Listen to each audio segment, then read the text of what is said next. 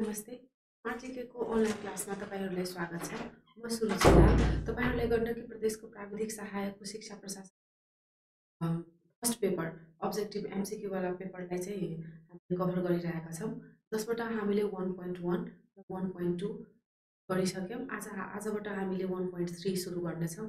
1.3 को टपिक रहेको छ हाम्रो राष्ट्रिय शिक्षा नीति 2076 र गण्डकी प्रदेश शिक्षा नीति 2078। अब यसमा चाहिँ आज गर्ने हामीले चाहिँ राष्ट्रिय शिक्षा नीति 2076 हो। यसमा राष्ट्रिय शिक्षा नीति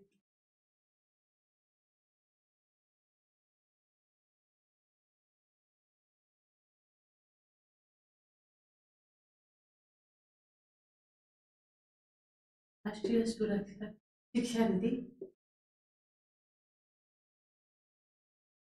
2073 बाट सुरु गरेको युनिटको हाम्रो 1.3। अब यसमा हाम्रो युनिट यो राष्ट्रिय शिक्षा नीति 2076 मा अब पहिला यो नीतिभित्र प्रवेश गर्नभन्दा पहिला हामीले के बुझ्नेछौँ भने हाम्रो राज्यका नीतिहरू अन्तर्गत शिक्षा सम्बन्धी मुख्य नीतिहरू केमा कुन संविधानमा कहाँ राखिएको छ भनेर। अब संविधानमा धारा 51 मा के भनिएको छ भने राज्यका निर्देशक सिद्धान्त तथा नीतिहरूभित्र धारा 51 मा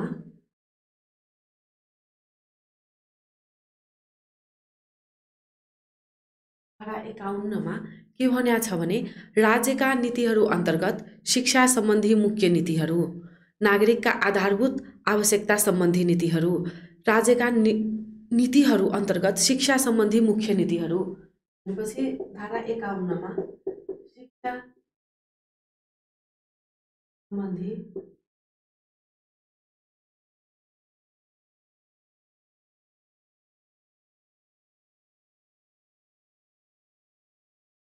शिक्षा सम्बन्धी मुख्य नीतिका कुराहरू भएको छ, जसमा शिक्षा सम्बन्धी नीति बनाउँदा कस्ता कुराहरूलाई ध्यान दिएर बनाउनुपर्छ भन्ने विषयहरू उल्लेख भएको छ।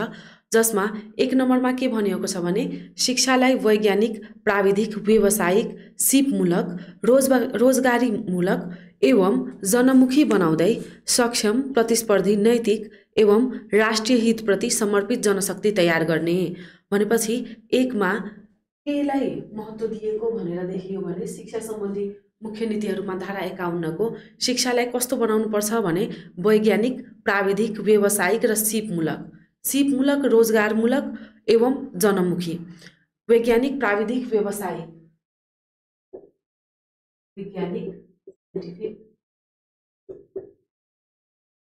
प्राविधिक, टेक्नोलोजिकल, वैज्ञानिक, प्राविधिक अनि व्यावसायिक प्रोफेसनल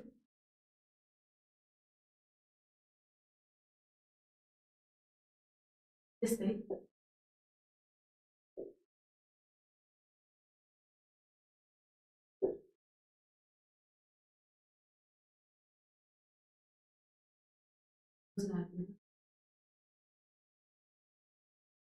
वैज्ञानिक, प्राविधिक, व्यावसायिक, सिपमूलक, स्किलफुल पनि बनाउनुपर्छ केलाई शिक्षालाई भन्ने कुरा भनेको हो। त्यस्तै जनमुखी पनि बनाउनुपर्छ भनेर। पछि अब शिक्षा सम्बन्धी मुख्य नीतिहरू भन्दा शिक्षा सम्बन्धी कुनै पनि नीतिहरू भन्दा केमा फोकस गरेर बन्ने भयो भने वैज्ञानिक हुनु पर्यो त्यो शिक्षाको नीतिहरू चाहिँ, त्यस्तै प्राविधिक हुनु पर्यो, त्यस्तै व्यावसायिक हुनु पर्यो, त्यस्तै सिपमूलक हुनु पर्यो, त्यस्तै रोजगारमूलक हुनु पर्यो, त्यस्तै जनमुखी हुनु पर्यो भनेर भन्या हो। कहाँ राष्ट्रिय शिक्षा नीति 2076 मा प्रवेश गर्नभन्दा पहिला हामीले धारा 51 नेपालको संविधानको धारा 51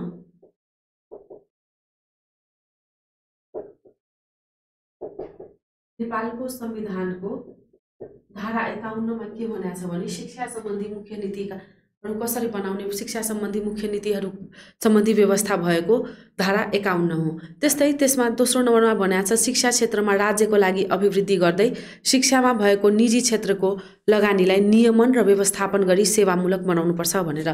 त्यस्तै यो 1 नम्बर भयो। त्यस्तै 2 नम्बरमा के भनेको छ भने जुन निजी विद्यालयहरू छ भएको निजी शिक्षा क्षेत्रमा राज्यको लगानी अभिवृद्धि गर्नुपर्छ र राज्यको लगानी त अभिवृद्धि गर्ने नै भयो, राज्यको लगानी अभिवृद्धि गर्दै के गर्नु पर्यो भने निजी क्षेत्रमा जसले शिक्षा क्षेत्रमा काम गरिरहेका छन् त्यस्ता शिक्षा क्षेत्रमा काम गर्नेहरूलाई चाहिँ कस्तो बनाउनु पर्यो भने सेवामूलक बनाउनु पर्यो। त्यसलाई व्यावसायिक मात्र नबनाएर, त्यसलाई व्यापार मात्र नबनाएर, त्यसलाई नियमन गर्नको लागि र त्यसलाई व्यवस्थापन गर्नको लागि के गर्नु पर्यो भने यस्ता नीतिहरू आउनु पर्यो र त्यसले राज्यको आफ्नो लगानीलाई अभिवृद्धि गर्दै निजी शिक्षाको क्षेत्रमा निजी विद्यालयहरू, निजी संस्थाहरू जसले काम गरिरहेका छन् त्यसलाई चाहिँ निजी विद्यालयहरूलाई चाहिँ के गर्नु पर्यो भने नियमन र व्यवस्थापन गर्नु पर्यो भनेर शिक्षा सम्बन्धी मुख्य नीतिहरूमा दोस्रो व्यवस्था चाहिँ त्यस्तो रहेको छ। त्यस्तै तेस्रोमा रहेको छ उच्च शिक्षालाई सहज, गुणस्तरीय र पहुँचयोग्य बनाई क्रमशः निशुल्क बनाउँदै लैजानुपर्छ भनेर। उच्च शिक्षालाई कस्तो बनाउनुपर्छ भने सहज र गुणस्तर बनाउनुपर्छ। उच्च शिक्षा सम्बन्धी कस्तो, उच्च शिक्षामा कस्तो हुनुपर्छ व्यवस्था भनेर भन्दा त्यो सहज हुनुपर्छ। उच्च शिक्षालाई सहज बनाउँदै सबैको पहुँचमा पुर्याउनुपर्छ भन्ने व्यवस्था चाहिँ केमा रहेको छ भने यो शिक्षा सम्बन्धी मुख्य नीतिहरूमा तेस्रो व्यवस्थामा चाहिँ के भनेको छ भने उच्च शिक्षा चाहिँ कस्तो हुनुपर्छ। उच्च शिक्षालाई चाहिँ सहज, गुणस्तरीय र पहुँचयोग्य बनाई यसलाई क्रमशः निशुल्क पनि बनाउँदै जानुपर्छ भन्ने कुरा भनेको छ। निशुल्क पनि बनाउँदै जानुपर्छ भन्ने त्यो मेन्सन भएको छ त्यहाँ। उच्च शिक्षालाई सहज, पहुँचयोग्य त बनाउनु नै पर्यो, त्यस्तै त्यसलाई चाहिँ बिस्तारै निशुल्क बनाउँदै लैजानुपर्छ भन्ने विषयहरूलाई पनि मेन्सन भएको छ त्यहाँ। केमा धारा 51 को राज्यका नीतिहरू अन्तर्गत शिक्षा सम्बन्धी जुन मुख्य नीतिहरूको कुरा भएको छ त्यसको तेस्रो नम्बरमा उच्च शिक्षा सम्बन्धी व्यवस्था गरिएको छ। त्यस्तै चौथोमा बनेको छ नागरिकको व्यक्तित्व विकासका लागि सामुदायिक सूचना केन्द्र र पुस्तकालयको स्थापना र प्रवर्धन गर्ने भन्ने भनेको छ। नागरिकको विकासको लागि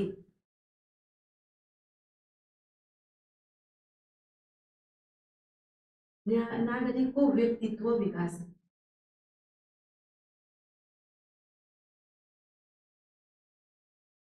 को लागि यसमा मेजर एउटा पुस्तकालयको स्थापना,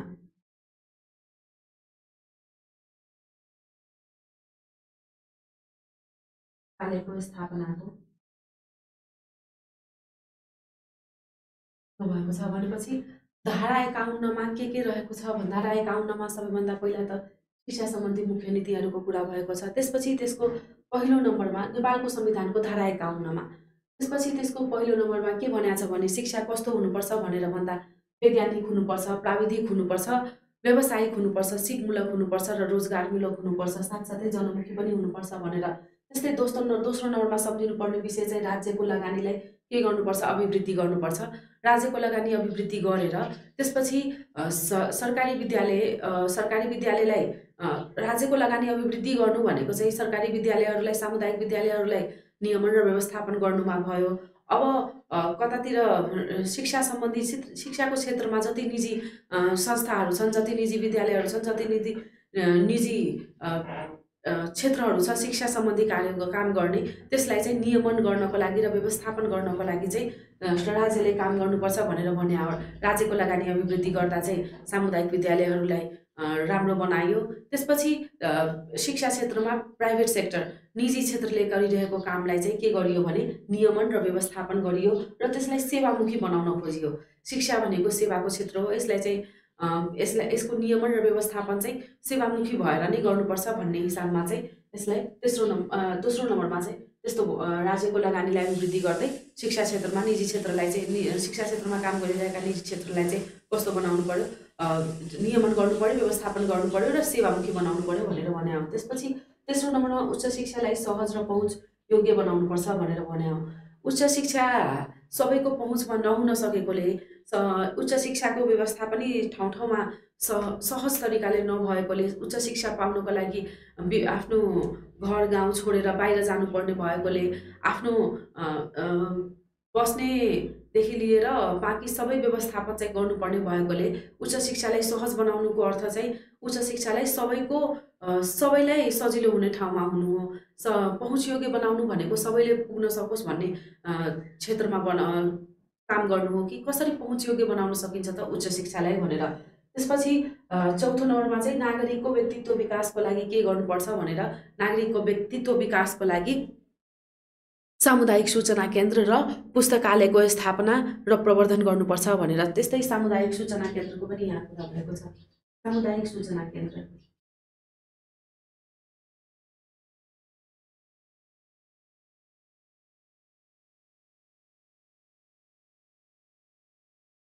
नागरिकको व्यक्तित्व विकासको लागि के गर्नुपर्छ भने सामुदायिक सूचना केन्द्र र पुस्तकालयको स्थापना गर्नुपर्छ भनेर हाम्रो चौथो नम्बरको यो धारा 51को शिक्षा सम्बन्धी मुख्य नीतिहरूभित्र चाहिँ चौथो नम्बरमा यस्तो शब्दहरूलाई मेन्सन गरिएको छ।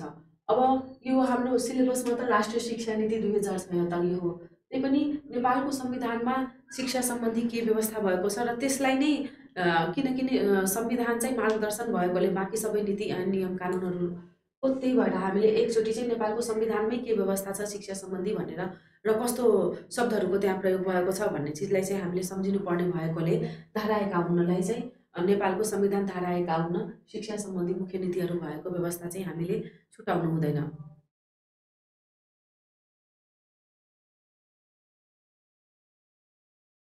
अब हामीले राष्ट्रिय शिक्षा नीति 2076लाई चाहिँ मा प्रवेश गर्नेछौँ।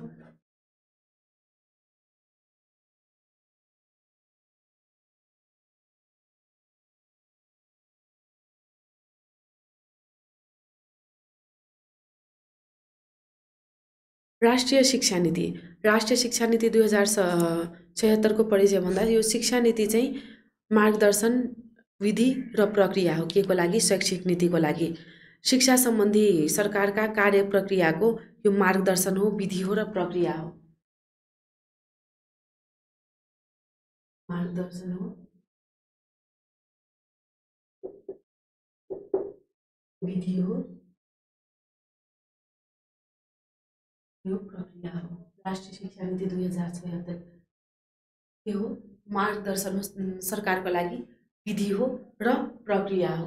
राष्ट्रिय शिक्षा नीतिले के गर्छ भन्दा चाहिँ यसले सरकारी प्रतिबद्धता पूरा गर्नका लागि अवलम्बन गरिएका धारणा, सिद्धान्त साथै सरकारी निर्णय आदेशहरू पनि शैक्षिक नीतिभित्र पर्छन् भनेर। यो अब सरकारको प्रतिबद्धताहरू जति छन् के को क्षेत्रमा, यो शिक्षाको क्षेत्रमा, त्यसलाई चाहिँ पुरा गर्नको लागि यसले आधार दिएको छ। यसले पुरा गर्नको लागि कस्तो व्यवस्थाहरू आवश्यकता हुन्छ भन्ने चाहिँ राष्ट्रिय शिक्षा नीति 2076ले त्यसरी सरकारलाई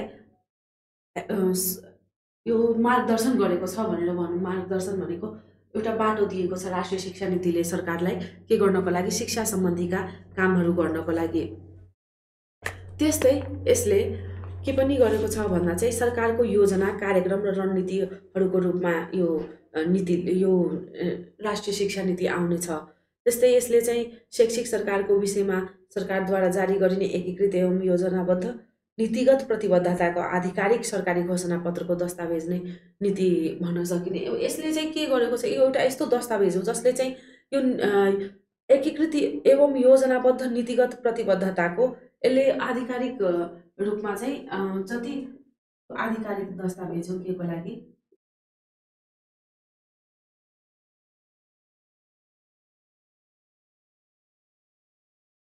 यसले सरकारले प्रतिबद्धता गरेका जति योजनाहरू छन्, जति नियमहरू, जति व्यवस्थाहरू सरकारले प्रतिबद्ध गरेको छ, कहाँ प्रतिबद्धता देखाएको छ भने जस्तै नेपालकै संविधानमा शिक्षा सम्बन्धी हकमा देखाएको वा धारा 51मा नीतिहरूको बारेमा भनेको छ, त्यस्तो ठाउँहरूमा प्रतिबद्धता सरकारले जनाइसकेको छ। त्यस प्रतिबद्धताहरूलाई योजनाबद्ध अगाडि बढाउनको लागि र त्यसलाई एउटा एचिभमेन्टसम्म पुर्याउनको लागि त्यस्तो प्रतिबद्धताहरूलाई चाहिँ कुन बाटो भएर जानुपर्ने हुन्छ त भने राष्ट्रिय शिक्षा नीति 2076ले दिएको मार्गदर्शन र विधि र प्रक्रियालाई अपनाएर अगाडि बढाउने हो। यो त्यही भएर शिक्षा क्षेत्रको चाहिँ आधिकारिक दस्तावेज हो के को लागि, राज्यको सरकारको विभिन्न प्रतिबद्धता र विभिन्न योजनाहरूलाई पुरा गर्नको लागि।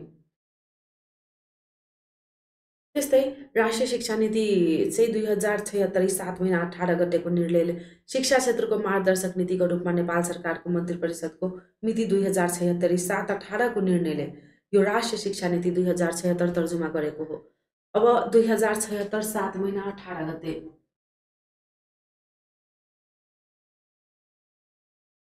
7 महिना 18 गते राष्ट्रिय शिक्षा नीति 2076 कहिले निर्णय भएको मन्त्री परिषदबाट भने 2076 7 महिना 18 गते भएको। यो मिति चाहिँ हामीले सम्झिने पर्ने र नबिर्सने मिति किन भएको भन्दा चाहिँ जस्तै 1.3 मा के भनेको छ भने हाम्रो टपिक नै राष्ट्रिय शिक्षा नीति 2076 भनेको छ।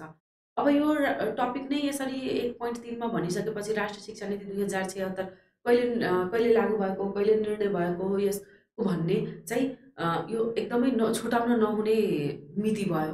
त्यही भएर राष्ट्रिय शिक्षा नीति 2076 7 महिना 18 गते को मन्त्री परिषदको निर्णयबाट पास भएको हो भन्ने कुरा चाहिँ हामीले बिर्सनु भएन। अब नीतिले कस्ता कुराहरूलाई अरुआएको छ भनेर भन्दा चाहिँ यस नीतिमा 13वटा उद्देश्य परिपूर्ति गर्न 14वटा विषय क्षेत्र सम्बन्धी 33वटा रणनीति र 55वटा नीतिको व्यवस्था गरिएको छ। के गरिएको छ भन्दा चाहिँ यस नीतिमा 13वटा उद्देश्य परिपूर्ति गर्न 13वटा उद्देश्य परिपूर्ति गर्न भनेपछि राष्ट्रिय शिक्षा नीतिमा कतिवटा उद्देश्य रहेका छन्? 13वटा उद्देश्य रहेका छन्। अब यस 13वटा उद्देश्य परिपूर्ति गर्नको लागि के व्यवस्था छ त? 14वटा विषय क्षेत्र सम्बन्धी 14वटा विषय क्षेत्र सम्बन्धी 14वटा विषय क्षेत्र सम्बन्धी। अब यो 14 भनेको चाहिँ के भयो भने विषय क्षेत्र भयो, एरिया भयो। 13वटा त उद्देश्य भयो, यो 14वटा विषय क्षेत्र भयो। एरिया कुन विषयमा के नीति ल्याउनुपर्छ, के काम गर्नुपर्छ भन्ने चाहिँ यो विषय क्षेत्र भनेर हाम्रो नीतिले चाहिँ पुरै कम्प्लिट नीति पनि हेर्नुभयो भने पीडीएफमै वा कतै पनि तपाईँले सजिलो गरी डाउनलोड गर्न सक्नुहुन्छ। त्यहाँ चाहिँ 13वटा उद्देश्य परिपूर्ति गर्नको लागि 14वटा विषय क्षेत्र सम्बन्धी के रहेको छ त? 33वटा रणनीति रहेको छ। 33वटा रणनीति रहेको छ। यो 13 यो उद्देश्य चाहिँ कतिवटा भयो? अब 13वटा। त्यस्तै 14वटा के भयो? विषय क्षेत्र भयो। त्यस्तै 33वटा के भयो? रणनीति भयो। यो 13वटा उद्देश्य परिपूर्ति गर्नको लागि 14वटा विषय क्षेत्र भयो, 33वटा रणनीति भयो र त्यही ठाउँमा त्यसका 55वटा नीतिको व्यवस्था गरिएको छ। रणनीति 33वटा र 55वटा नीति।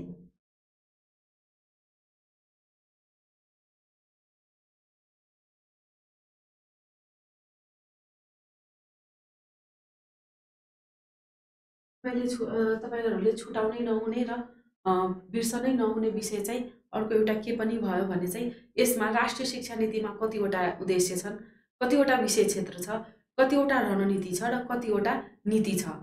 अब 13वटा उद्देश्य परिपूर्ति गर्नको लागि राष्ट्रिय शिक्षा नीतिमा 13वटा उद्देश्य बन्या छ।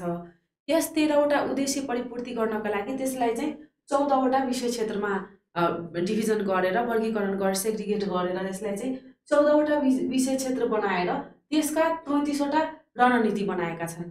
अब त्यो 14वटा विषय क्षेत्रभित्रका जुन यो 13वटा उद्देश्य छन् त्यसलाई परिपूर्ति गर्नको लागि के गर्नु पर्यो भने 33वटा रणनीति बनाइएको छ। त्यस 33वटा रणनीतिभित्र पनि के गरिएको छ भने 55वटा नीति बनाइएको छ।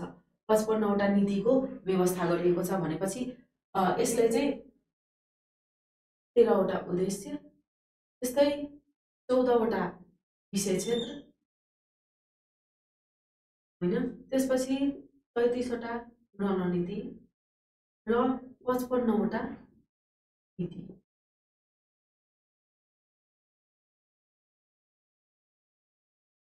तपाईँहरूको एक्जामको पोइन्ट अफ भ्यूले चाहिँ राष्ट्रिय शिक्षा नीति 2076 को धेरै भित्री कुरा भन्दा नि त्यसको मेजर विशेषताहरू, एकदमै स्पेसिफिक विशेषताहरू जुन सिम्पल त्यसका विशेषताहरू जुन हुन्छन्, एउटा नीतिको वा एउटा ऐनको साधारण विशेषताहरू पनि हुन्छ कि यस नीतिमा यतिवटा यो छ, त्यतिवटा त्यो छ भन्ने जुन नम्बरहरू हुन्छन् नि त्योहरू एकदमै इम्पोर्टेन्ट हुन्छ हाम्रो। र यो राष्ट्रिय शिक्षा नीति 2076 किनकि सिलेबसमै 1.3 भनेर भनिसकेपछि यसको विशेषताहरू चाहिँ हामीले बिर्सन नहुने विशेषताहरू हुन्, जसबाट एउटा मेजर चाहिँ सबभन्दा पहिला त यो कहिले निर्णय भएको मन्त्री परिषदबाट नेपाल सरकारको भनेर यो बिर्सन नहुने भयो 2076 7 महिना 18 गते। त्यही ठाउँमा त्यसमा 13वटा उद्देश्य रहेको छ, त्यसमा 14वटा विषय क्षेत्र रहेको छ, त्यसमा 33वटा रणनीति रहेको छ र 55वटा नीति रहेको छ। यो 14वटा विषय क्षेत्र, 33वटा रणनीति र 55वटा नीति चाहिँ के को लागि रहेको छ भने यो माथि भनेको 13वटा उद्देश्यलाई परिपूर्ति गर्नको लागि यो बनाइएको छ। त्यस्तै अब नीतिले औल्याएका समस्याहरू छन् केही र चुनौतीहरू छन्, जसलाई हामीले एकदमै डिटेलमा त्यसमा जानुपर्ने र सबै सम्झिनै पर्ने भन्ने चाहिँ छैन। सिम्पली त्यसलाई साधारण रूपमा बुझ्नुपर्ने मात्र हो। नेपालको शिक्षामा मूलतः प्रारम्भिक बाल विकास कार्यक्रममा प्रभावकारिता कम भएको छ। केमा कम भएको छ भने प्रारम्भिक बाल विकास कार्यक्रमहरूमा कमी रहेको छ। प्रारम्भिक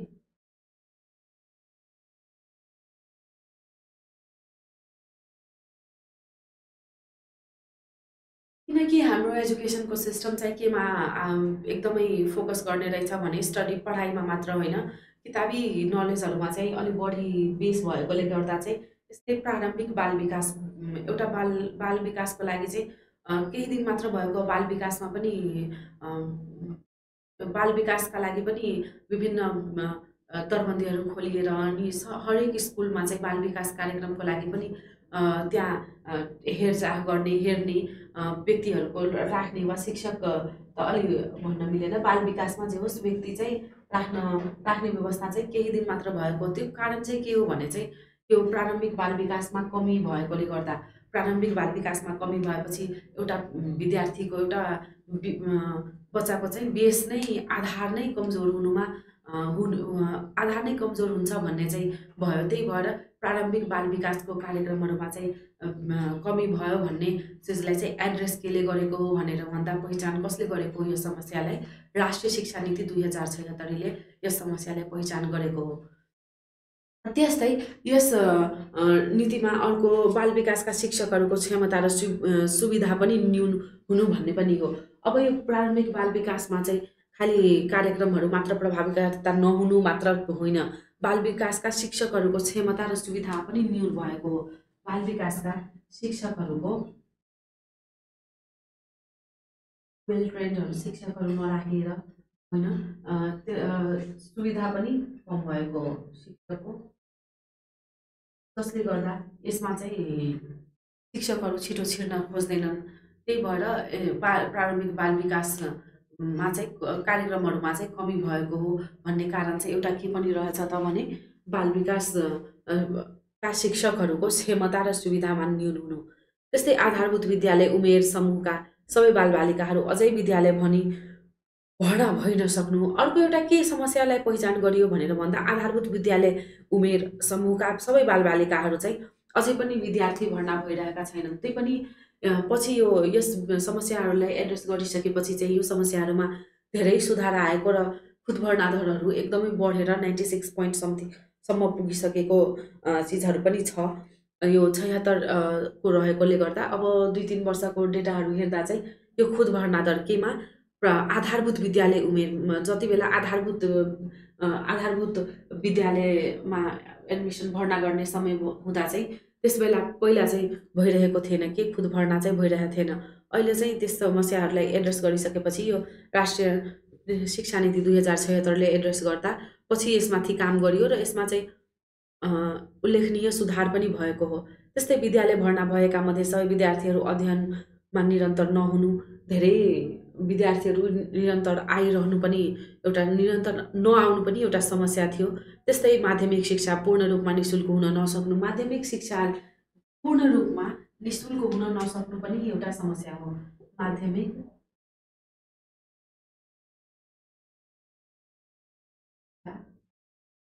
माध्यमिक शिक्षा विद्यालय तहको शिक्षालाई निःशुल्क बनाउने भन्ने नीतिहरू, विद्यालय तहको शिक्षालाई चाहिँ निःशुल्क बनाएर विद्यालय तहका विद्यार्थीहरूलाई चाहिँ निःशुल्क शिक्षा बनाएर विद्यालयमा व्यक्ति भर्नाहरू बढाउने र विद्यार्थीहरूको चाहिँ सङ्ख्या बढाउने र विद्यार्थीहरू कमसेकम यो एसएलसी पास माध्यमिक शिक्षासम्म चाहिँ पढेको बनाउन खोज्नलाई पनि के भएछ भने विभिन्न नीतिहरू बनेछ, सरकारले गरेका विभिन्न किसिमका प्रतिबद्धताहरू छन्। उच्च शिक्षालाई नै हामीले अघि के हेऱ्यौँ भने नेपालको संविधान धारा 51 मा के भनेको छ भने अर्को उच्च शिक्षालाई पनि क्रमशः निःशुल्क गर्दै लैजाने भन्ने विषयहरू मेन्सन प्रतिबद्धता जनाउँदा पनि के रहेछ भने अझ पनि माध्यमिक शिक्षा नै पूर्ण रूपमा निःशुल्क हुन नसक्नु कारण पनि के रहेछ, निमाविसम्म विद्यार्थी बढी त्यस्तै माध्यमिकमा जाँदा जाँदै विद्यार्थीको सङ्ख्या कम हुँदै जाने पनि समस्याहरू देखिएको छ। त्यस्तै शिक्षा र रोजगारी बीच तालमेल हुन नसक्नु, शिक्षित बेरोजगारको सङ्ख्या बढ्दै जानु, यो पनि एउटा मेजर समस्या भएको देखियो। किनभने शिक्षा र रोजगार बीच तालमेल हुन नसक्नु, शिक्षा र रोजगार बीच तालमेल हुन नसकेकोले गर्दा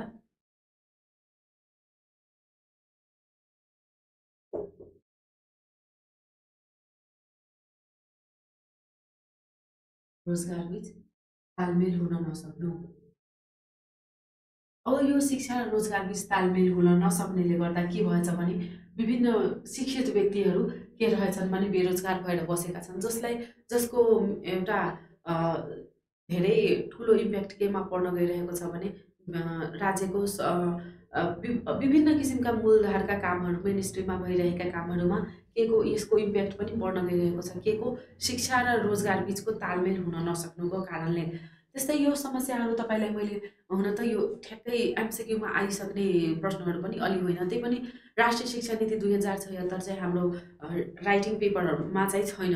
राइटिङ पेपरमा नभएकोले गर्दा यसमा भएका यो विभिन्न समस्याहरू र सुझावहरू जुन छन्, जुन चुनौतीहरू छ, त्यसलाई चाहिँ हामीले राइटिङ पेपरमा विभिन्न टपिकहरूभित्र चाहिँ लेख्न सकिन्छ, बुझ्न सकिन्छ। त्यसैले गर्दा चाहिँ यो समस्याहरू पनि समस्यामा प्रयोग भएका शब्दहरू र समस्यालाई ठ्याक्कै आफ्नै मनले लेखिएको समस्यामा र कतै कुनै नीतिले एड्रेस गरेको समस्याको शब्दहरूमा चाहिँ धेरै फरक भएकोले गर्दा सकेसम्म जसरी कुनै नीतिले जसरी समस्यालाई औल्याएको हुन्छ त्यसकै आधारमा आफ्नो शब्दमा चाहिँ लेख्न सक्नु चाहिँ एन्सरलाई राम्रो बनाउने हो। त्यही भएर यसका जताततैको शब्दभन्दा पनि यो नीतिका शब्दहरूलाई लिनुभयो भने राम्रो हुन्छ। अब यसका सुविधाविहीन समूहका बालबालिकाहरू विद्यालय बाहिर रहिरहनु, त्यस्तै शैक्षिक सुशासन कायम हुन नसक्नु पनि हो एउटा समस्या। अर्को उच्च शिक्षामा प्रतिस्पर्धी उत्पादनमुखी र अनुसन्धानमूलक हुन नसक्नु। उच्च शिक्षा चाहिँ कस्तो रहेछ भने अनुसन्धानमूलक हुन सकेको छैन, जसले गर्दा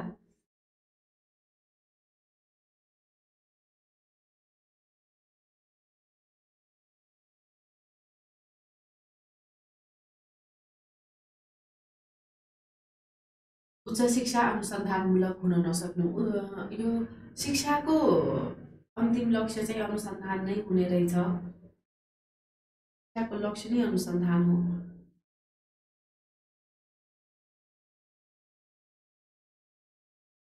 शिक्षा प्राप्त गरिसकेपछि कुनै एउटा विषयमा खोज गर्नुलाई नै शिक्षाको उद्देश्य भनेर बुझिन्छ। त्यस्तो उद्देश्यलाई नै हामीले अहिलेसम्म राम्ररी एड्रेस गर्न नसक्नु र व्यवस्थापन गर्न नसक्नु हाम्रो कमजोरी हो। उच्च शिक्षामा अनुसन्धानमूलक बनाउन नसक्नु पनि के रहेछ भने समस्या रहेको छ। त्यस्तै निजी क्षेत्रबाट सञ्चालित विद्यालयहरू सेवाभन्दा नाफा उन्मुख हुन गएको।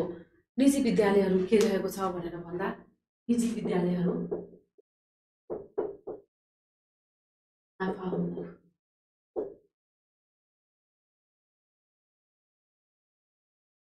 शिक्षा दिएर सेवामूलक बनाउनु भन्दा पनि निजी विद्यालयहरूको कतातिर फोकस रहेछ त, कतातिर केन्द्र बनाएका छन् भने नाफा उन्मुख बनाउनको लागि केन्द्र बनाएका छन्, जसले गर्दा के भइरहेको छ भने शिक्षामा सरकारले गर्न सक्ने कामहरू र व्यवस्थापन नियमन गर्न सक्ने कामहरू निजी विद्यालयहरूमा अझैसम्म व्यवस्थित भइसकेका छैनन्। जबकि हाम्रो नेपालको संविधानको धारा 51ले के भनिसकेका छ भने सरकारले आफ्नो इन्भेस्टमेन्टलाई पुँजीलाई के गर्ने भने बढाउने, कहाँतिर भनेर भन्दा सरकारी विद्यालय सामुदायिक विद्यालयहरूमा बढाएर उच्च शिक्षाहरूमा लगानीलाई अभिवृद्धि गरेर निजी विद्यालयहरूलाई, निजी क्षेत्रहरूलाई जसले शिक्षा क्षेत्रमा काम गरिरहेका छन् त्यस्ता क्षेत्रहरूलाई चाहिँ के गर्नुपर्छ भने नियमन र व्यवस्थापन गर्नुपर्छ। यति भन्दा भन्दै पनि के भइरहेछ भने अझै पनि निजी विद्यालयहरू नाफा उन्मुख भइरहेकोले गर्दा यो पनि एउटा समस्याको रूपमा देखिएको हो।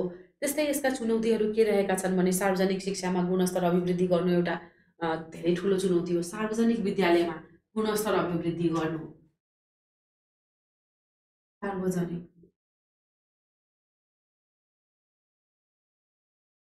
विद्यालयमा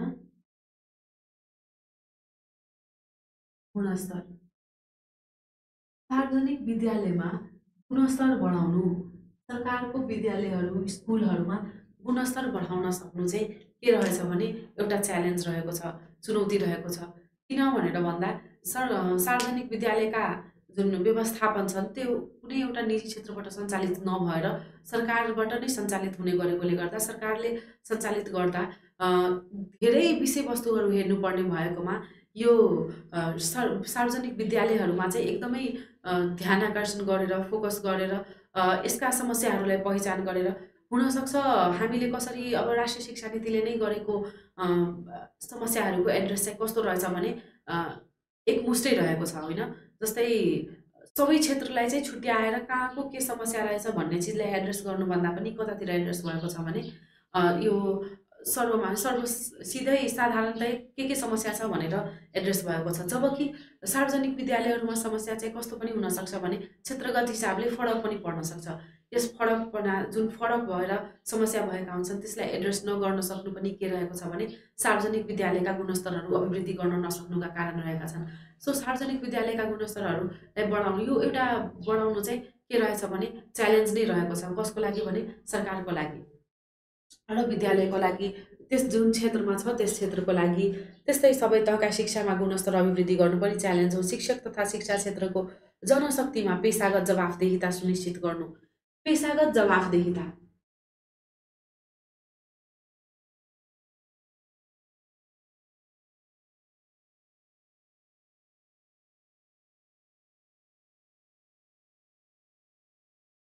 यो एउटा ठुलो चुनौती रहेको छ कतातिर शिक्षाको क्षेत्रमा। यो पेशागत जवाफदेहिता भनेको कस्तो भयो भने जब कोही व्यक्ति एउटा स्किलफुल कुनै काममा इन्भल्भ छन्, जस्तै जो एउटा टिचर छ त्यो टिचरको काम चाहिँ कि विद्यार्थी पढाउने होइन। विद्यार्थी पढाउने भनेपछि त्यसले विद्यार्थीले गरेको परीक्षाको जुन रिजल्ट छ त्यसलाई मूल्याङ्कन गरेर टिचरलाई पनि मूल्याङ्कन गर्न सकिन्छ भन्ने छ होइन। तर यसलाई ठ्याक्कै एउटा मूल्याङ्कनको क्षेत्रभित्र ल्याउन नसकिनु के रहेछ भने पेशागत जवाफदेहिता चाहिँ हुन नसक्नु। जस्तै 50 जना विद्यार्थीमा एकजना टिचरले पढाउँदा कोही विद्यार्थी चाहिँ त्यसमा 1 नम्बरमा आउने, कोही विद्यार्थी चाहिँ फेल हुने, कोही विद्यार्थीले पास मार्क्ससम्म नल्याउन सक्नु चाहिँ कसको जवाफदेहिता, यसको जवाफदेहिता चाहिँ को हुने भनेर भन्दा चाहिँ यसको जवाफदेहिता पेशागत जवाफदेहिता एउटा शिक्षक चाहिँ हुन नसक्ने रहेको छ। जसले गर्दा यसलाई के भित्र ल्याउन एउटा इभ्यालुएसनको मूल्याङ्कनको विभिन्न किसिमका आयामहरू बनाइसक्दा पनि विभिन्न किसिमका प्रोसेसहरू त्यो पछि हामीले पढ्ने पनि छ मूल्याङ्कनको र इभ्यालुएसनको कुराहरू। त्यसमा कस्तो कुराहरू छ भने चाहिँ त्यो इभ्यालुएसनको जति सेक्टर बनाइसक्दा पनि यो एउटा नैतिकतासँग सम्बन्धित विषय भएकोले पनि कस्तो रहेछ भने शिक्षकलाई ठ्याक्कै यो पेशागत जवाफदेहिता दिन सक्ने चाहिँ बनाउन नसकिने रहेछ। किन नसकिने रहेछ भने शिक्षकले के गर्न सक्छन् भने पढाउन सक्ने हो। त्यही क्लासमा त्यही कक्षाको एकजना विद्यार्थी टप गर्ने, एकजना विद्यार्थी चाहिँ फेल हुने भनेपछि त्यसलाई चाहिँ मूल्याङ्कनको दायरामा कसरी ल्याउने र कसरी विभिन्न आयामहरूलाई छुने जसले विद्यार्थीको कमी कमजोरीलाई एड्रेस गरेर त्यसलाई उकास्नको लागि के गर्न सकिन्छ र त्यसमा शिक्षकको कमी के रहेको छ भन्ने चिजलाई चाहिँ हामीले दायराभित्र ल्याउने नै च्यालेन्जिङ काम रहेकोले गर्दा यसलाई के भनिएको छ भने एउटा के पनि चुनौती रहेको छ शिक्षाको क्षेत्रमा भनेर भन्दा पेशागत जवाफदेहिता चाहिँ के गरिरहेको छ, समस्या रहेको छ। त्यस्तै यसका विद्यालय नेतृत्वको भूमिका सबलीकरण गर्न समस्या चुनौती रहेको छ। त्यस्तै शिक्षा र रोजगारी बीच तालमेल कायम गर्नु, प्रतिभा पलायन रोक्नु। प्रतिभा पलायन रोक्नु भनेको विदेशी विद्यार्थीहरूको सङ्ख्या चाहिँ कम गर्नु चाहिँ एउटा के रहेछ भने चुनौती रहेको छ। त्यस्तै अब यसको नीतिगत व्यवस्थामा जाँदा चाहिँ यसका उद्देश्यहरू मैले अघि भनिसकेको थिएँ होइन। यो उद्देश्यहरू चाहिँ 13वटा छन् होइन। त्यस्तै 14वटा विषय क्षेत्र रहेको छ। त्यस्तै 35वटा रणनीति रहेको छ र 55वटा नीति रहेको छ। अब यसमा हामीले 13वटा उद्देश्य भन्दा पनि हामीले यो 14वटा विषय क्षेत्र चाहिँ के हो जसमा के भन्छ यो राष्ट्रिय शिक्षा नीतिले काम गर्ने भन्ने रणनीति लिएको छ कुन विषय क्षेत्रमा भनेर त्यसलाई चाहिँ एकचोटि हामीले हेर्नुपर्ने हुन्छ। जसमा नीति तथा कार्यनीति भनेर हाम्रो यो पुरै कम्प्लिट पिडिएफ हेर्नुभयो भने त्यो हामीले सेयर पनि गरौँला। नीतिगत व्यवस्थामा के रहेको छ भनेर। त्यस्तै यसका यो यसको एउटा अझै इम्पोर्टेन्ट कुरा के रहेको छ भने यसको लक्ष्य चाहिँ के भनेको छ।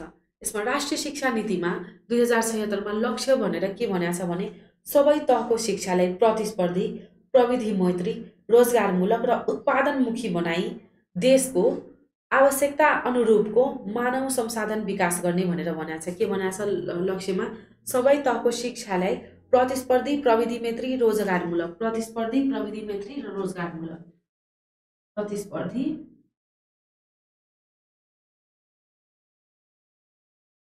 प्रविधि मैत्री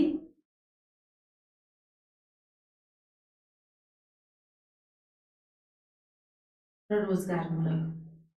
यो शब्दहरू किन भनेको भने यो कहिलेकाहीँ तपाईँले एमसिक्यूमा के पनि आउन सक्छ भने राष्ट्रिय शिक्षा नीति 2076को लक्ष्य चाहिँ के रहेको छ भनेर। लक्ष्य चाहिँ के रहेको छ, विभिन्न किसिमका शब्दहरू दिन्छन्। त्यसमा चाहिँ प्रतिस्पर्धी कस्तो बनाउने भन्ने रहेछ शिक्षालाई चाहिँ। सबै क्षेत्रको सबै तहको शिक्षालाई के बनाउने लक्ष्य रहेको छ त? प्रतिस्पर्धी, प्रविधि मैत्री र रोजगारमूलक बनाउनु पर्ने उद्देश्य भनेर राष्ट्रिय शिक्षा नीति 2076ले भनेको छ। त्यही भएर यो एमसिक्यूमा यस्ता शब्दहरू पनि, यस्ता क्वेसनहरू पनि आइदिन सक्छन् होइन। अलिकता सानो सानो चिजहरूलाई चाहिँ हेर्नु होला। जस्तै दूरदृष्टिमा के भनेको छ भने शिक्षित, सभ्य, स्वस्थ र सक्षम जनशक्ति, सामाजिक न्याय, रूपान्तरण, समृद्धि। के भनेको छ यसको दूरदृष्टिमा एउटा स्लोगन जस्तो के रहेको छ भने शिक्षित, सभ्य, स्वस्थ र सक्षम जनशक्ति। कस्तो जनशक्ति? शिक्षित, सभ्य, स्वस्थ र सक्षम। विभिन्न शब्दहरू, यो शब्दहरू तपाईँलाई आफ्नो राइटिङको पेपरमा पनि एकदमै हेल्प गर्नेछ। जसलाई एड्रेस गर्नुभयो भने, सम्झिनु भयो भने तपाईँको लेखाइमा चाहिँ राम्रो लेखाइ आउने हो। के भनेको छ भने दूरदृष्टिमा शिक्षित, सभ्य, स्वस्थ र सक्षम। शिक्षित, सभ्य, स्वस्थ र सक्षम। दूरदृष्टि के रहेको छ भने कस्तो व्यक्ति ल्याउने र कस्तो शिक्षालाई कस्तो बनाउने र व्यक्तित्व कस्तो बनाउने भनेर शिक्षित बनाउने, सभ्य बनाउने, स्वस्थ बनाउने र सक्षम बनाउने भन्ने रहेको छ। र जनशक्ति त्यस्तो भनिसकेपछि सामाजिक न्याय, रूपान्तरण र समृद्धि हुनेछ। समाजमा न्याय हुनेछ, रूपान्तरण हुनेछ र समृद्धि हुनेछ भनेर। यसमा इम्पोर्टेन्ट शब्द चाहिँ यही हो, सक्षम जनशक्ति। जनशक्ति बनाउने त शिक्षित बनाउने, सभ्य बनाउने, स्वस्थ बनाउने र सक्षम जनशक्ति बनाउने। त्यस्तै अब यसका नीति तथा कार्यनीतिहरूमा हेर्दा उद्देश्यमा के रहेको छ भनेर भन्दा 13वटा उद्देश्यमा सिम्पली यसलाई सानो सानो शब्दमा बुझ्दा चाहिँ बालबालिकाको सर्वाङ्गीण विकासमा केन्द्रित प्रारम्भिक बाल विकास तथा शिक्षालाई गुणस्तरीय र प्रभावकारी बनाउनु। यसलाई गुणस्तरीय प्रारम्भिक बाल विकास शिक्षा के भनेको छ भने उद्देश्यमा गुणस्तरीय प्रारम्भिक बाल विकास शिक्षा चाहिँ उद्देश्यलाई चाहिँ उद्देश्यका मेजर शब्दहरूलाई चाहिँ हामीले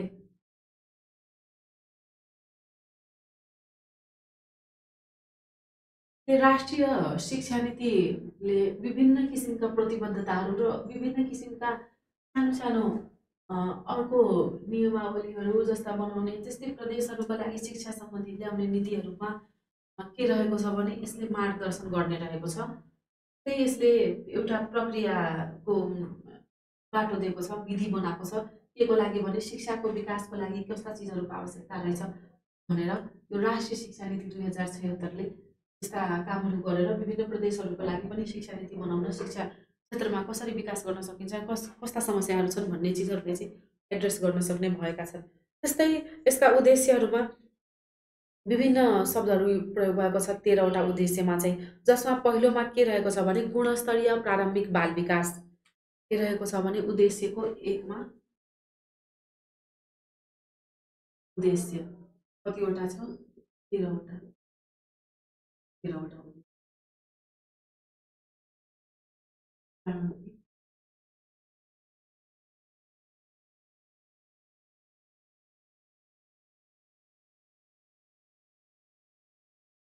प्रारम्भिक बाल विकास शिक्षालाई चाहिँ के बनाउनुपर्छ भने गुणस्तरीय।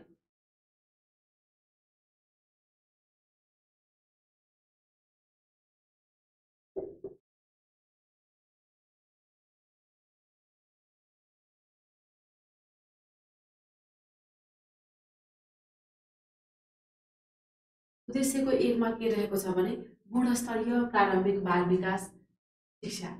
बाल विकास शिक्षालाई कस्तो गर्नुपर्छ भने प्रारम्भिकलाई चाहिँ गुणस्तरीय बनाउनुपर्छ भनेर। त्यस्तै दोस्रोमा रहेको छ गुणस्तरयुक्त अनिवार्य तथा निःशुल्क आधारभूत शिक्षा। गुणस्तरयुक्त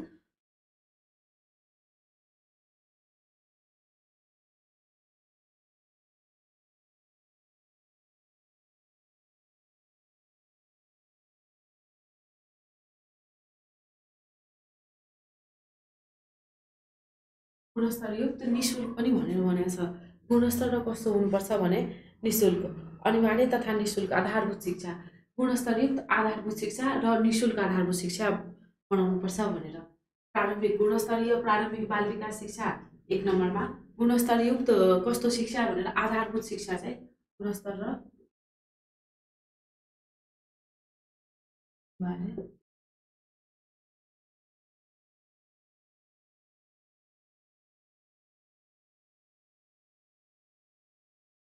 आधारभूत शिक्षा।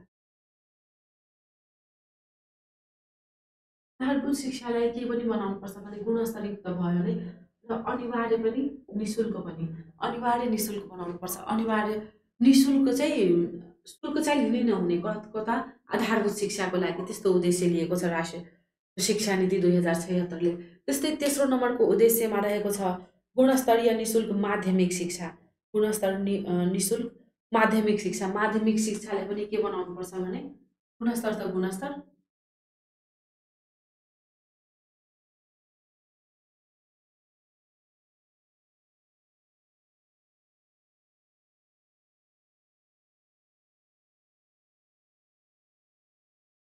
गुणस्तर र निःशुल्क माध्यमिक शिक्षा बनाउनु पर्ने रहेको छ। त्यस्तै चौथो नम्बरमा के रहेको छ भने प्राविधिक तथा व्यावसायिक शिक्षा र तालिममा समतामूलक अवसरमा विस्तार बनाउनुपर्छ। के गर्नुपर्छ भने प्राविधिक तथा व्यावसायिक शिक्षा र तालिमका अवसरहरूलाई व्यापक विस्तार गरी सबै इच्छुक नागरिकहरूका लागि समावेश एवं समतामूलक पहुँच स्थापित गर्दै देश विकासका लागि योग्य, सक्षम, सिपयुक्त र उद्यमशील जनशक्ति तयार गर्नुपर्छ। कस्तो के यसमा चाहिँ अब चौथो नम्बरमा चाहिँ यसलाई छोटकरीमा लेखौँ। प्राविधिक तथा व्यावसायिक शिक्षाको बारेमा रहेछ विषय। प्राविधिक तथा व्यावसायिक शिक्षा।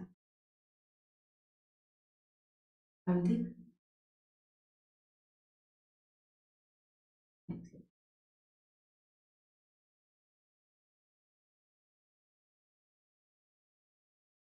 त्यस्तै 5 नम्बरको उद्देश्यमा भनेको छ हाम्रो उच्च शिक्षा। उच्च शिक्षाको पहुँच र गुणस्तर अभिवृद्धि। यसमा के को विषय रहेछ? उच्च शिक्षाको विषय रहेको छ 5 नम्बरमा चाहिँ।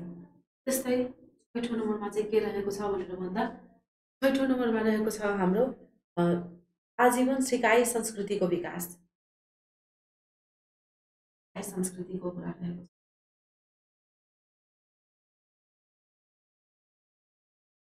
यो तपाईँले सबै राष्ट्रिय शिक्षा नीति 2076मा यो सबै कम्प्लिट सेन्टेन्सहरू यो सबै कम्प्लिट होइनन्। मैले यसमा सम्झिनुपर्ने शब्द चाहिँ के हो भनेर जस्तै उच्च शिक्षा सम्बन्धी व्यवस्था राष्ट्रिय शिक्षा नीति 2076को कति नम्बरको उद्देश्यमा गरिएको छ भनेर भन्दा चाहिँ ठ्याक्कै 5 नम्बरमा गरिएको छ भन्ने चाहिँ सम्झिनको लागि जे इम्पोर्टेन्ट शब्द छ त्यसलाई मात्र हामीले एड्रेस गरिरहेका छौँ। बाँकी सेन्टेन्स चाहिँ त्यसमा राष्ट्रिय शिक्षा नीति नै पढ्दा चाहिँ कम्प्लिट हेर्न सक्नुहुन्छ। त्यस्तै 7 नम्बरमा रहेको छ हाम्रो अपाङ्गता भएकाहरूका लागि गुणस्तरीय शिक्षाको पहुँच। अपाङ्गताको लागि पनि शिक्षाको पहुँच।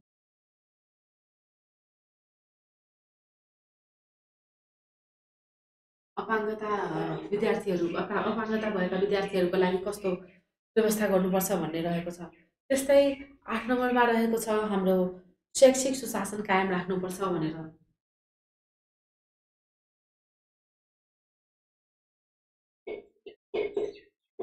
शैक्षिक सुशासन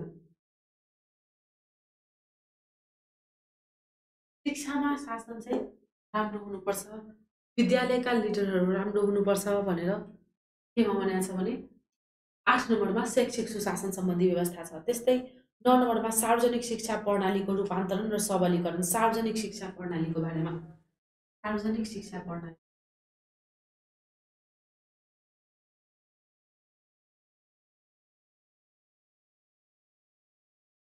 शिक्षा प्रणाली।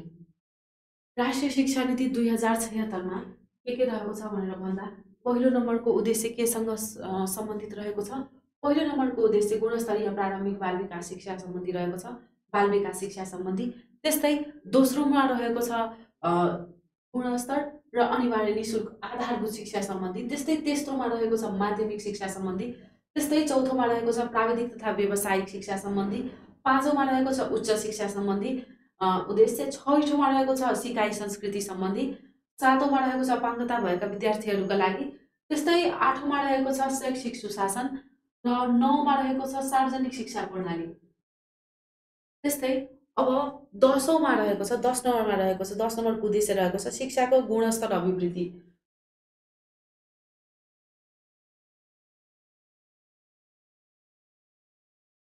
शिक्षाको गुणस्तर अभिवृद्धि।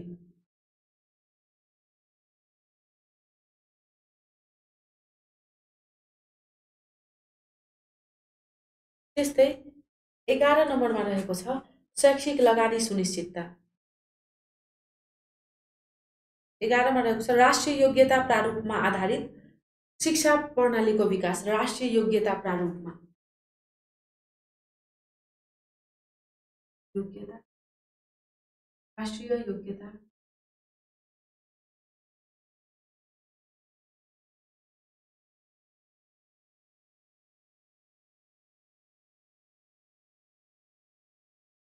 कानुनमा के भनेको छ भने राष्ट्रिय योग्यता प्रारूप जुन छन् त्यसमा आधारित के हुनुपर्छ भने शिक्षा प्रणालीको विकास हुनुपर्छ। त्यसमै आधारित शिक्षा प्रणालीको विकास, शिक्षा प्रणाली।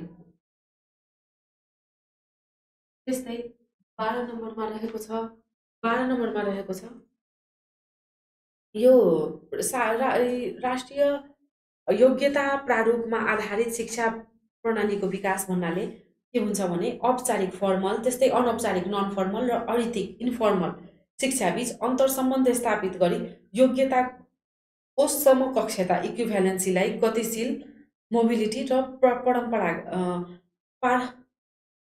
यो सुनिश्चित गर्दै के गर्नुपर्छ भने यो गतिशीलतालाई पनि के गर्नु पर्यो सुनिश्चित गर्दै राष्ट्रिय योग्यता प्रारूपमा आधारित शिक्षा प्रणालीको विकास गर्नुपर्छ। कस्तो हुन्छ त यो औपचारिक फर्मल, त्यस्तै नन फर्मल, त्यस्तै इन्फर्मल शिक्षाहरू बिचको अन्तर्सम्बन्ध स्थापित गर्नुपर्छ। के भन्यो भने यो 11 नम्बरमा चाहिँ फर्मल, नन फर्मल,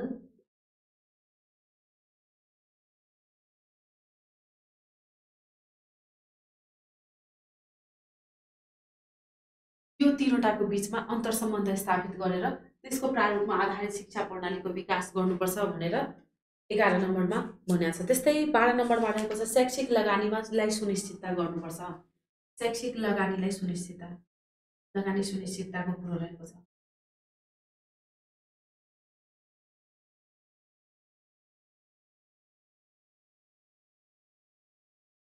शैक्षिक लगानीको सुनिश्चितता भन्नाले शिक्षा प्राप्तिको संवैधानिक र कानुनी दायित्व पूरा गर्न राष्ट्रिय प्राथमिकताका आधारमा पर्याप्तता सफिसियन्सी, समन्यायिकता इक्विटेबिलिटी र प्रतिफलमुखी हुने गरी शैक्षिक लगानी सुनिश्चित गर्नुपर्छ। कस्तो शैक्षिक लगानी हुनुपर्छ भने सफिसियन्ट हुनुपर्छ, त्यस्तै इक्विटेबिलिटी हुनुपर्छ, त्यसमा समन्यायिकता हुनुपर्छ, सबैजना व्यक्तिहरूमा इक्विटीले हुनुपर्छ, समतामूलक हुनुपर्छ होइन के भने शिक्षा लगानी चाहिँ त्यस्तो हुनुपर्छ, सफिसियन्सी हुनुपर्छ र समन्यायिकता हुनुपर्छ भनेर 12 नम्बरको उद्देश्यले एड्रेस गरेको छ। त्यस्तै 13 नम्बरमा रहेको छ विज्ञान तथा प्रविधिलाई शिक्षा प्रणालीमा एकीकरण। विज्ञान तथा प्रविधिलाई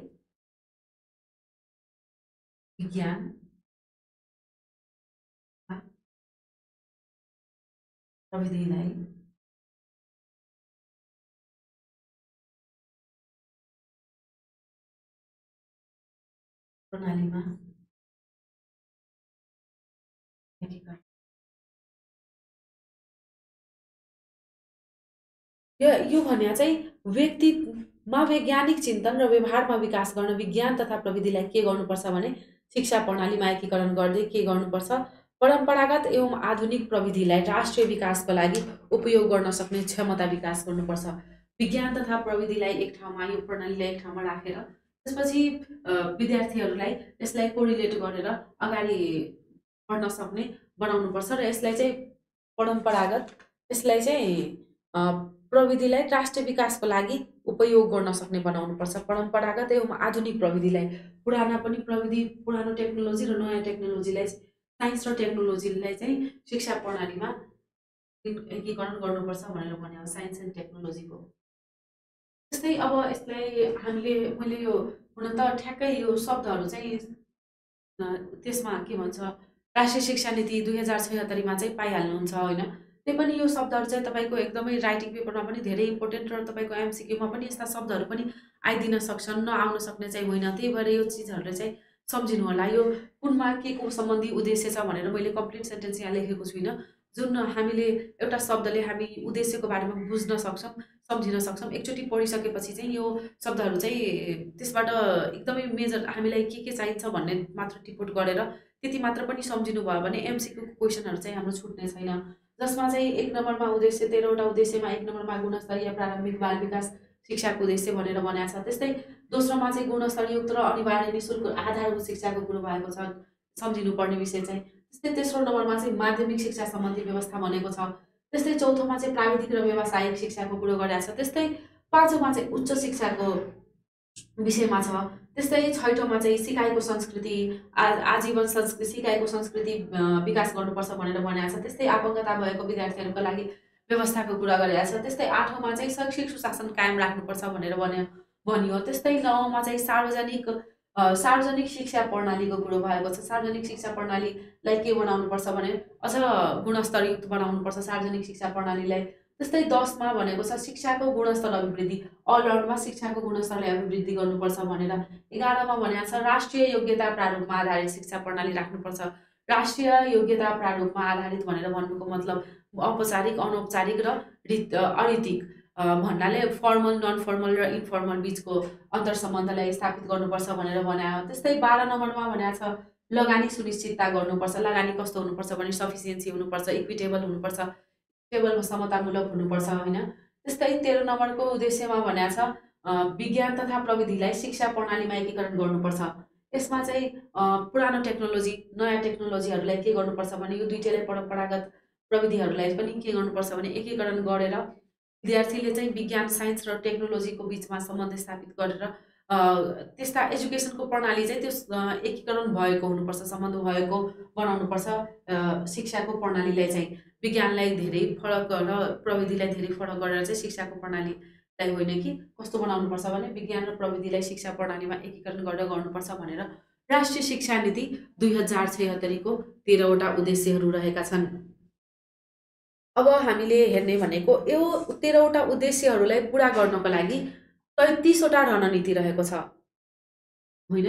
अघि हामीले के भनेको थियौँ भने यो उद्देश्य चाहिँ 13वटा छ। यसलाई परिपूर्ति गर्नको लागि, यो उद्देश्यहरू परिपूर्ति गर्नको लागि, हासिल गर्नको लागि के रहेको छ भने 33वटा रणनीति रहेको छ, रणनीति होइन, जसमा 14वटा विषय क्षेत्रहरू रहेको छ, 14वटा विषय क्षेत्र। अब हामीले के गर्नेछौँ भनेको 14वटा विषय क्षेत्र र रणनीतिहरू जुन छन् त्यसलाई चाहिँ एकदमै डिटेलमा हामीले जानु पर्दैन। हामीले डिटेलमा बुझ्नुपर्ने भनेको अब बाँकी रहेको चाहिँ 14वटा विषय क्षेत्रहरू हुन्। 14वटा विषय क्षेत्रहरूको बारेमा बुझ्नुपर्छ हामीले। त्यस विषय क्षेत्रभित्र रहेको हामीले त्यस विषय क्षेत्रभित्र के रहेको छ भनेर भन्दा त्यस विषय क्षेत्रभित्र सबै रणनीतिहरू रहेको छ, नीतिहरू रहेको छ। नीतिहरू कतिवटा रहेका छन् यो रणनीतिभित्र? 55वटा,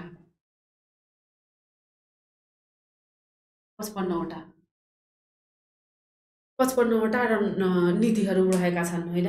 अब यसका लागि चाहिँ के रहेको छ व्यवस्था त भनेर भन्दा रणनीतिहरू विभिन्न 33वटा रणनीतिहरू छन् जसलाई हामीले अलिकता बुझ्नुपर्ने हुन्छ। त्यसलाई डिटेलमा एकदमै नगई सिम्पली रणनीतिहरू कस्तो छन् भनेर भन्दा त्यो ओभरअलमा भएको के हो, 14वटा विषय क्षेत्र के हो त्यसभित्रको रणनीति के हो भन्ने चिजहरू चाहिँ सम्झिनुपर्ने हुन्छ। सो आजको लागि चाहिँ हामीले के गऱ्यौँ भनेर भन्दा चाहिँ यसलाई एउटा सम अफ क्लास गर्न खोज्यौँ भने के हामीले पढ्यौँ भनेर भन्दा हामीले सम्झिनुपर्ने विषय चाहिँ के थियो 2076 7/18 2076 7 महिना 18 गते के भएको भने नेपाल सरकारको मन्त्री परिषदबाट राष्ट्रिय शिक्षा नीति 2076 बनाउने निर्णय भएको हो, पेश भएको हो। राष्ट्रिय शिक्षा नीति 2076 7 महिना 18 गते भएको हो।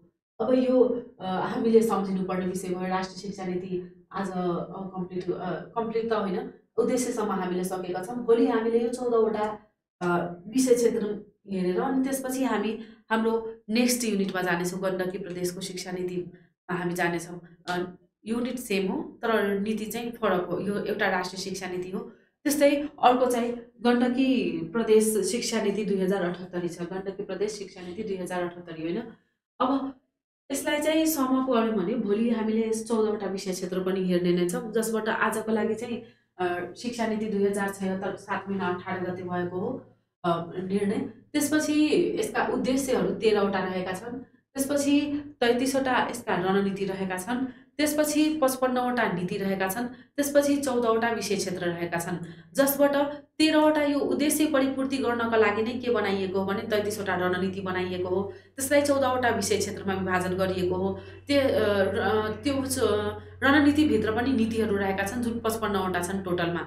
अब यसमा चाहिँ हामीले एकदमै इम्पोर्टेन्ट छुटाउन नहुने विषयवस्तु चाहिँ कस्ता छन् भने भन्दा 13वटा उद्देश्यहरूमा के रहेका छन्। उद्देश्यहरूमा विभिन्न विषयहरू हामीले अघि मात्र गरेका विषयहरूलाई चाहिँ हामीले कम्प्लिट सेन्टेन्स नभए पनि एटलिस्ट कुन नम्बरमा उद्देश्यहरूमा के रहेको छ भन्ने चिजलाई चाहिँ एउटा मेजरली हेर्दा एउटा शब्द चाहिँ के विषय सम्बन्धी उद्देश्य हो भन्ने चिज चाहिँ सम्झनु पर्ने हुन्छ। जसबाट 1 नम्बरमा रहेको छ गुणस्तरीय प्रारम्भिक बाल विकास सम्बन्धी शिक्षाको विषय। त्यस्तै 2 नम्बरमा रहेको छ गुणस्तरीय अनिवार्य निःशुल्क आधारभूत शिक्षाको विषय। त्यस्तै 3रो नम्बरमा रहेको छ गुणस्तरीय निःशुल्क माध्यमिक शिक्षा सम्बन्धीको विषय। त्यस्तै 4थो नम्बरमा प्राविधिक तथा व्यावसायिक, 5औंमा उच्च शिक्षा, 6औंमा सिकाइ संस्कृति, 7औंमा अपाङ्गता, 8औंमा शैक्षिक सुशासन, 9औंमा सार्वजनिक शिक्षा प्रणाली, 10मा शिक्षाको गुणस्तर अभिवृद्धि, 11मा राष्ट्रिय योग्यता प्रारूपमा आधारित शिक्षा प्रणाली, 12मा शिक्षामा लगानी सुनिश्चितता। त्यस्तै 13मा रहेको छ विज्ञान तथा प्रविधिलाई शिक्षा प्रणालीमा एकीकरण। अब यसलाई यो कम्प्लिट यो उद्देश्यहरू जति छन् यसलाई चाहिँ हामीले आफ्नो राइटिङ पेपरहरूमा पनि हामीलाई यसले धेरै हेल्प गर्नेछ। यसका जुन शब्दहरू छन्, यसका जुन सेन्टेन्सहरू छन्, त्यो हामीले यो वाक्यहरू चाहिँ हाम्रो राइटिङमा चाहिँ यसले धेरै इफेक्ट गर्छ, राम्रो बनाउनेछ। त्यस्तै यसले अर्को समस्याहरू जुन अघि हामीले गऱ्यौँ, समस्या र चुनौतीहरू कस्ता रहेको छ यो शिक्षाको क्षेत्रमा भन्ने चिजलाई जसरी राष्ट्रिय शिक्षा नीति 2076 ले एड्रेस गरेको छ, त्यो बाहिरको समस्या लेख्नुभन्दा आफ्नो शब्दमा यसलाई चाहिँ यही एसेन्स चाहिँ यही आउनु पर्यो जुन राष्ट्रिय शिक्षा नीति 2076 ले लिएर आएको छ समस्यामा र चुनौतीमा। विभिन्न ठाउँहरूमा हामीले समस्या लेख्नुपर्ने, चुनौती लेख्नुपर्ने भन्ने क्वेसनहरू नभएका चाहिँ कुनै पेपरै हुँदैनन्। सो त्यस पेपरहरूमा लेख्दा चाहिँ आफ्नो शब्दहरू मात्र आफैले बनाएको समस्या भन्दा पनि राष्ट्रिय शिक्षा नीतिले एड्रेस गरेको समस्यालाई र यसले एड्रेस गरेको चुनौतीहरूलाई जब हामीले त्यसमा लिन सक्यौँ भने त्यो बुकको जस्तो भने टेक्स्ट बुकको जस्तो वा कुनै एउटा बुक पनि रिफर गर्न सक्नुहुन्छ। त्यसको लागि त्यसलाई एनालाइज गरेर आफैले लेखियो भने चाहिँ त्यो शब्दहरू चाहिँ राम्रो हुनेछ। प्रब्लम्सहरू जसरी लेख्दा चाहिँ यतिकै कुनै पनि प्रब्लम मैले लेखिरहेको छु, यस्तो छ, यो आफैले मात्र नपढिकन शब्दहरू ठ्याक्कै नआएको जब लेख्नुहुन्छ भने त्यसलाई राम्रो मानिँदैन। प्रब्लमहरूको केही न केही आधार भएर लेखियो भने चाहिँ त्यस एन्सरलाई राम्रो मानिन्छ। जस्तै राष्ट्रिय शिक्षा नीति 2076 ले एड्रेस गरेको प्रब्लम भयो वा कुनै अर्को नीतिले वा संविधानकै हामीले हेऱ्यौँ, संविधानमै भएका जुन धारा 51 को नेपालको संविधानको धारा 51 मा जुन शिक्षा सम्बन्धीका मुख्य नीतिहरू भनेर भनिएको छ, त्यसका जुन भित्रका विषयहरू छन् 4वटा 5वटा विषयहरू जुन हामीले हेऱ्यौँ, त्यसमा के समस्या, त्यसमा के चुनौती आउन सक्छ भन्ने चिजलाई चाहिँ गरियो भने चाहिँ एन्सर के हुन सक्छ भने हाम्रो राम्रो हुन सक्छ। सो यसलाई चाहिँ हामीले आज के गर्यौँ भनेर भन्दा नेपालको संविधानको धारा 51 मा के रहेको छ भने राष्ट्रिय शिक्षा सम्बन्धी नीति रहेको छ भनेर पनि हामीले याद राख्नुपर्छ।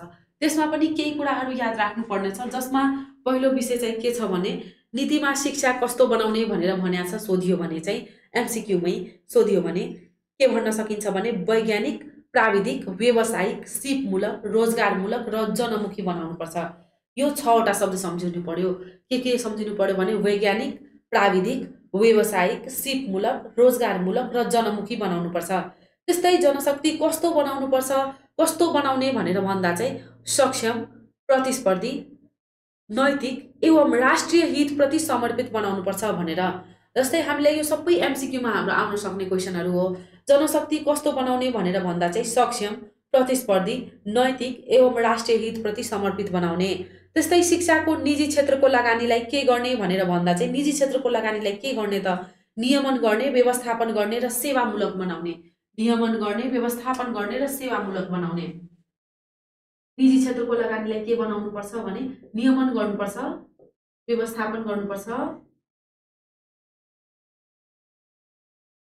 नियमन, व्यवस्थापन र सेवामूलक।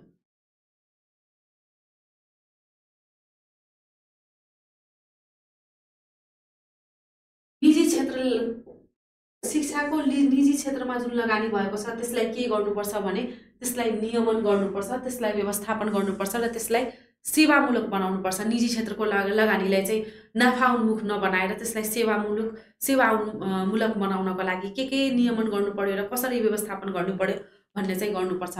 यो शब्दहरू चाहिँ नछुटाउनु होला। त्यस्तै उच्च शिक्षा कस्तो बनाउने भनेर भन्दा चाहिँ उच्च शिक्षा कस्तो बनाउने, सहज बनाउने, गुणस्तरीय बनाउने र पहुँच योग्य बनाई क्रमशः निशुल्क पनि बनाउने।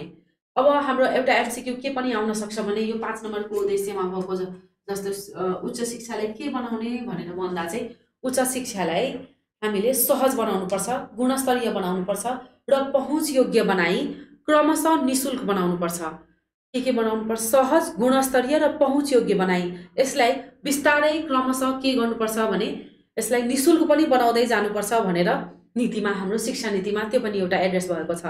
त्यस्तै हाम्रो नागरिक व्यक्तित्व विकास गर्न के गर्नुपर्छ भनेर भनेको छ। एउटा हामीले कहाँ थियो भनेर भन्दा चाहिँ यो धारा 51 को नेपालको संविधानको धारा 51 मा के थियो? नेपालको संविधानको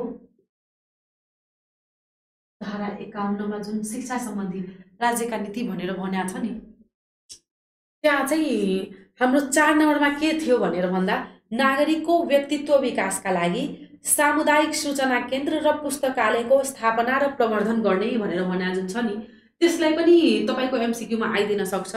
जसमा कस्तो क्वेसन हुन सक्छ भने नागरिक व्यक्तित्व विकास गर्न के गर्ने भनेर प्रतिबद्धता गरेको छ त धारा 51 मा नेपालको संविधानको भनेर भन्दा चाहिँ यसमा के भनेको छ भने सामुदायिक सूचना केन्द्र र पुस्तकालय स्थापना गर्ने भनेर।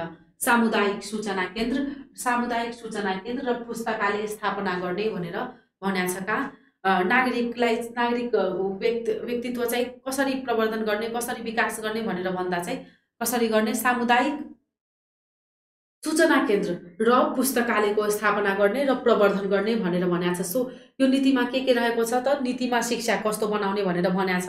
कस्तो बनाउने भन्दा चाहिँ वैज्ञानिक बनाउने, प्राविधिक बनाउने, व्यावसायिक बनाउने, सिपमूलक बनाउने, रोजगारमूलक बनाउने र जनमुखी बनाउने। त्यस्तै जनशक्ति कस्तो बनाउने भनेर भन्दा चाहिँ सक्षम बनाउने, प्रतिस्पर्धी बनाउने, नैतिक एवं राष्ट्रिय हितप्रति समर्पित बनाउने। त्यस्तै शिक्षाको निजी क्षेत्रको लगानीलाई के गर्ने भनेर भन्दा नियमन गर्ने, व्यवस्थापन गर्ने, सेवामूलक बनाउने। उच्च शिक्षालाई कस्तो बनाउने भनेर भन्दा चाहिँ सहज, गुणस्तरीय र पहुँच योग्य बनाई क्रमशः निशुल्क बनाउने। नागरिक व्यक्तित्व विकास गर्न के गर्ने भनेर भन्दा सामुदायिक सूचना केन्द्र र पुस्तकालय स्थापना र प्रवर्धन गर्ने। अब यसमा राष्ट्रिय शिक्षा नीतिमा के रहेको छ भनेर भन्दा चाहिँ राष्ट्रिय शिक्षा नीतिमा 13वटा उद्देश्य परिपूर्ति गर्नका लागि 14वटा विषय क्षेत्र सम्बन्धी 33वटा रणनीति र 55वटा नीतिको व्यवस्था गरिएको छ। राष्ट्रिय शिक्षा नीति 2076 को एउटा विशेषता भनेर भन्दा चाहिँ यो 76 7 महिना 18 गते निर्णय भएको हो शिक्षा क्षेत्रको मार्गदर्शक नीतिका रूपमा नेपाल सरकार मन्त्री परिषदबाट। र यसले चाहिँ 13वटा उद्देश्य परिपूर्ति गर्नका लागि 14वटा विषय क्षेत्र सम्बन्धी 33वटा रणनीति बनायो र 55वटा नीतिको व्यवस्था गरिएको छ यसमा। अब यो धेरै पटक पटक पटक भन्नुको कारण चाहिँ के हो भने यो तपाईँको एकदमै सर्फेस लेभलको एमसिक्यू हो। यो चाहिँ सजिलो गरी तपाईँले परीक्षामा आइदिन सक्छ। सो यस्ता क्वेसनहरू आयो भने कन्फ्युज नभइकन कतिवटा उद्देश्य, कतिवटा रणनीति, कतिवटा विषय क्षेत्र, कतिवटा नीति भन्ने चिजमा चाहिँ कन्फ्युजन हुनु भएन भनेर यसलाई चाहिँ नम्बरलाई चाहिँ एकदमै सजिलो गरी सम्झेर राखिरहनु पर्यो। कि यति कहिलेकाहीँ कस्तो हुन्छ भने धेरै सजिलो क्वेसनहरू पनि छुटिरहेको हुन्छ होइन परीक्षामा। त यो एकपटक हेरेर मात्र नभएर यो 3-4 पटक पटक पटक पढ्यो भने यो नम्बरहरू र यो नम्बरको के मतलब हो, के हो भनेर भन्दा चाहिँ त्यो बिर्सिँदैन। सुरु एकचोटि मात्र हेर्दा चाहिँ 13 र 33 मै कन्फ्युजन पनि हुनसक्छ। सो यसलाई चाहिँ कसरी सम्झिने भन्ने सम्झिनु होला। तर यो चाहिँ राष्ट्रिय शिक्षा नीति 2076 बाट आउने प्रश्नहरूमध्ये एकदमै इम्पोर्टेन्ट VVI प्रश्न हुनेछ, जसलाई सजिलो गरी तपाईँले ट्याकल गर्न सक्नुहुन्छ। यति मात्र 13, 33, 55 र 14 भित्रको जुन वर्गीकरण यो जुन नम्बरहरू छ यसमा चाहिँ यो के को नम्बर हो भनेर यसमा कन्फ्युजन नभइकन। त्यस्तै अब यसका यो राष्ट्रिय शिक्षा नीति 2076 को के गर्ने भनेर भन्दा अब हामीले यो राष्ट्रिय शिक्षा नीति 2076 को जति मेजर कुराहरू थियो पहिला उद्देश्यहरू त्यस्तोहरू हामीले सकिसकेका छौँ। अब हामीले के गर्नु पर्यो भने भोलि मैले 14 वटा विषय क्षेत्रको बारेमा विषय क्षेत्रहरूलाई एड्रेस मात्र गरेर एउटा नम्बरमा 14 वटा बुझेर के विषयसँग सम्बन्धित छ त्यसको मेजर शब्द एकदमै इम्पोर्टेन्ट शब्द जुन शब्दले त्यो कम्प्लिट तपाईँको विषयलाई नै जसले जनाउँछ नि जो कुनै शब्द जस्तै कुनै एउटा सेन्टेन्समा र एउटा कुनै वाक्यमा एउटा कुनै यो नीतिहरूमा चाहिँ के हुन्छ भने कुनै शब्दहरू चाहिँ यस्ता हुन्छन् जसले चाहिँ त्यो पुरै कम्प्लिट सेन्टेन्सलाई नै कम्प्लिट गरिरहेको हुन्छ। त्यसमा चाहिँ तपाईँलाई त्यति मात्र सम्झिँदा चाहिँ त्यो कम्प्लिट सम्झिने बनाइरहेको हुन्छ। त्यस्तो शब्दलाई हामीले हेरौँला 14 वटा विषय क्षेत्रबाट, जसमा हामीलाई आउन सक्छ कि यो कुन विषय क्षेत्र पर्छ कुन पर्दैन, त्यस्ता विषयहरू पनि हामीलाई आउन सक्छ। सो त्यसलाई चाहिँ हामीले एड्रेस गरौँला, त्यसलाई हामीले हेरौँला। त्यो हेरिसकेपछि हामीले गण्डकी प्रदेशको शिक्षा नीति 2078लाई 78लाई चाहिँ एकदमै यसरी नै के छ त्यसमा भन्ने हेरौँला। त्यसमा यति धेरै चिजहरू चाहिँ यति धेरै कुराहरू चाहिँ छैन। सो भोलि चाहिँ त्यो सजिलो गरी त्यो 14 वटा विषय क्षेत्र र गण्डकी प्रदेशको नीतिलाई चाहिँ शिक्षा नीतिलाई चाहिँ 2078लाई चाहिँ हामीले सक्न सक्नेछौँ। आजको लागि चाहिँ मैले यहाँ क्लास अफ गर्दैछु। अब आजको लागि यो सबै सम्झेर अनि यसका मेजर कुराहरू चाहिँ सम्झिनु होला। यसलाई चाहिँ कम्प्लिट सेन्टेन्समा सकेसम्म लेख्नु होला। मैले यहाँ शब्दहरू मात्र लेखेको छु 13 वटा। ल त आजको लागि धन्यवाद।